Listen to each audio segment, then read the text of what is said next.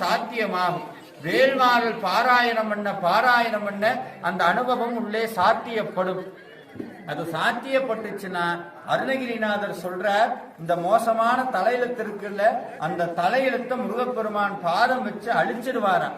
நெத்தி நிறைய விபூதி வைக்கும் போதே முருகான்னு வச்சோம்னா, இப்படி வச்சுட்டு போகும்போதே அந்த தலையெழுத்தெல்லாம் சுவாமி அழிச்சு எடுத்துருவாராம், மோசமான தலையெழுத்த. இவன் என்னுடைய பக்தன்னு சொல்லி முருகப்பெருமான்.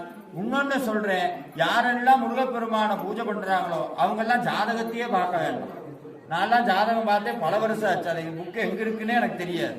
ஆனா அதுக்கு முன்னாடி ராகு எங்க இருக்கு, கேது எங்க இருக்கு, ஆனா அதெல்லாம் அங்கதான் இருந்தது.